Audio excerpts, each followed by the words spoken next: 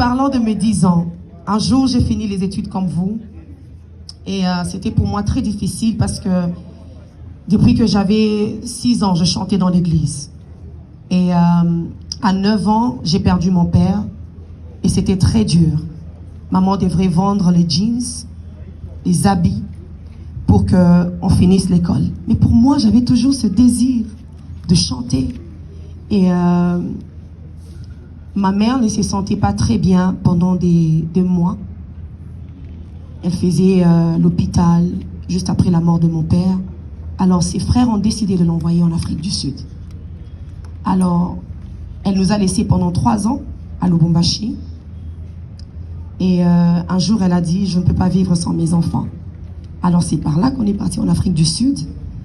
Et j'ai dit, non, je dois quand même intégrer la chorale.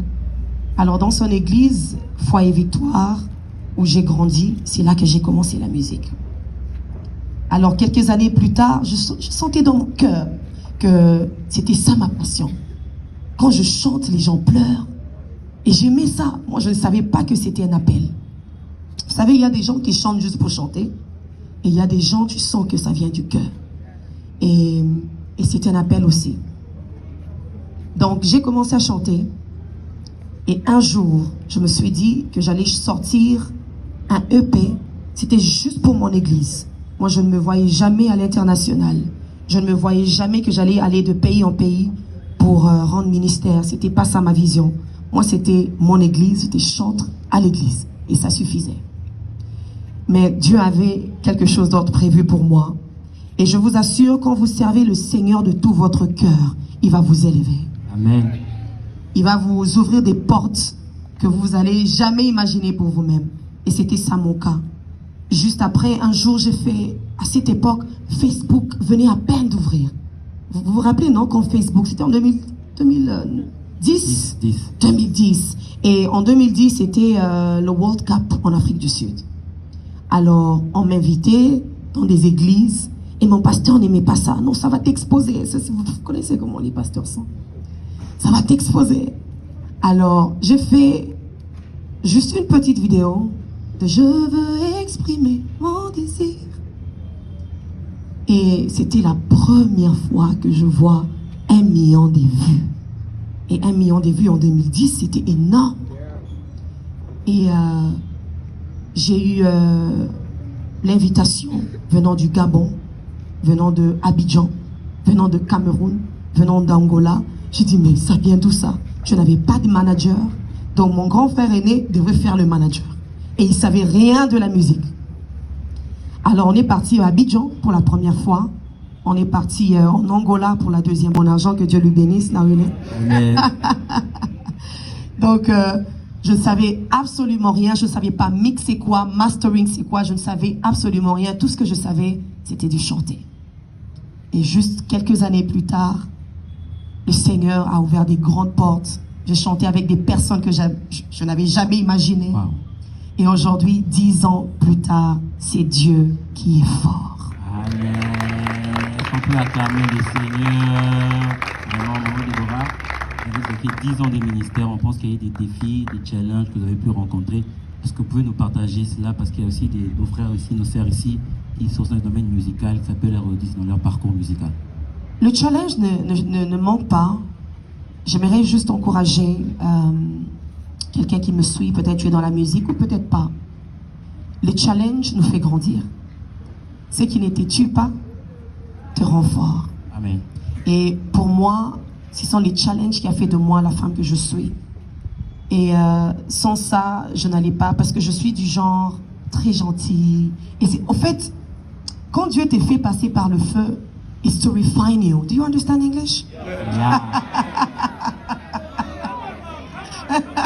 Should I speak in English? Yeah. Speak. When God takes you through fire, yeah. Quand Dieu te fait passer par le feu, it's to refine you. Parce que l'or ne peut pas être l'or. L'or ne peut pas être l'or si ça ne passe pas par le feu. Amen. Même le diamant que nous portons, ça ne peut pas avoir a good shape. Okay? Quand tu vois au fait le diamant, même si tu pars au Kassai là-bas, on te donne un diamant, ça n'a pas de beauté. Ça doit passer par... Hein? It needs to be refined. Yeah. Voilà. Ça doit être raffiné. Ça doit être raffiné. Et les challenges nous raffinent. Ça nous donne la forme. Pour que quelqu'un puisse dire, si la sœur Déborah est passée par ça, et le Seigneur l'a délivrée, moi aussi Dieu me délivrera. Des fois, Dieu permet qu'on passe par des situations pour qu'on soit juste des panneaux publicitaires pour lui. Amen. Amen, amen. Amen. Donc, plus le Seigneur t'élève, plus les challenges seront encore plus grands. Donc, plus grand est ton challenge, plus des témoignages. Donc, j'aimerais t'encourager que Dieu te fortifie dans ce que tu traverses aujourd'hui. Tu as une grande destinée, c'est pourquoi tu es combattu. Mais tu es combattu, mais jamais abattu. Amen. On peut acclamer les Seigneurs. Quelqu'un est béni. Alors, il y a une question qui me vient encore en tête. Parlons du 17 août. 17 août 2020. Le 17 août, le dimanche prochain, ça fait 10 ans que je chante, mais j'avais toujours peur de venir à Kinshasa. Alors, la raison pour laquelle j'avais peur, parce que je chante pas beaucoup en lingala. Okay. Alors, quelqu'un me dira un jour, Sokiki boyo, et boyo pena. Alors, c'était resté dans ma tête pendant des années. Je pouvais venir au travers de frère Michel. Hein? C'est vrai, n'est-ce pas? Oui, oui. Bonne expérience. Alors, je pouvais venir au travers du pasteur Lode. Je suis venue au travers de Mahadjabou Gospel. Mais moi-même, comme ça, je me disais, oh, ils vont me bouder, ils vont dire, je chante trop en anglais. Mais à ma grande surprise, l'amour que Kinshasa m'a montré, on a regardé sur le statistique. La ville, à part Abidjan, la ville où je suis plus suivie, c'était Kinshasa. Wow. Alors ça m'a encouragé. J'ai dit non, je dois venir faire un concert ici à Kinshasa. Donc rendez-vous le 17 août, qui est le dimanche prochain. Et nous allons passer des bons moments ensemble. Le 17, le dimanche en 8, voilà. Dimanche prochain. Non? Ok. Dimanche en 8. Voilà. So, rendez-vous dans Missa, s'il vous plaît. Hein? Même si je parle anglais. C'est le moment où tu as un cours d'anglais pour te dans un concert qu'on chante ensemble en anglais. Non, je chante aussi en lingala. Ah, ok. Nalobaka. Une question en lingala, puis à répondre en lingala. Ok. Donc, il y a une lingala. Ouais. T'es à 7 heures ici, lingala les autres.